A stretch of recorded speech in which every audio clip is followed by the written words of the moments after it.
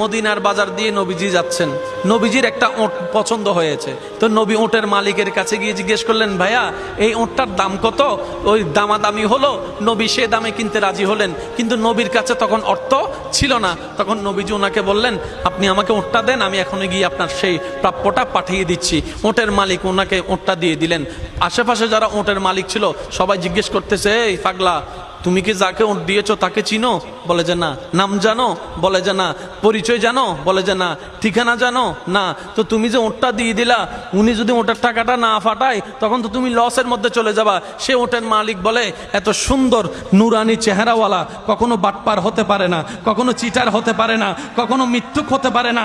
ওনার চেহারা দেখেই তো আমি ওট বিক্রি করার আগে মনটাই বিক্রি করে দিয়েছি, মনটাই বিক্রি করে দিয়েছি, মনটাই বিক্রি করে দিয়েছি। তোমরা যাই বলো, আমার মন বলে উনি আসবেই আসবে, টাকাটা পাঠাবেই পাঠাবে।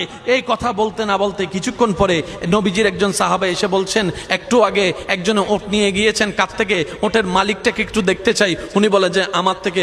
তো উনি বললেন, আমাদের নবী আপনার থেকে ওটটা নিয়ে গিয়েছেন, ধরেন ওটের টাকাটাও দিয়েছেন, আপনাদের খাবার জন্য কিছু খেজুরও হাদিয়া পাঠিয়েছেন, খেজুরও হাদিয়া পাঠিয়েছেন। ওই ওটের মালিক বলে, ভাইয়া টাকাটাও রাখেন, খেজুরটাও রাখেন, আগে আমাকে ওনার কাছে নিয়ে যান।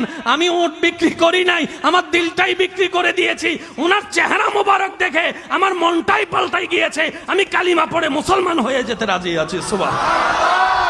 जिसका कोई सानी नहीं वो नबी हमारा है, मुस्तफा की अजमत का हद ही ना किनारा है। आशिक बोले, लम याति नजीर कफी नजरिन मिसले तुना शुद्ध पैदा जाना। चित्कार दिए बोलें ना सुबह।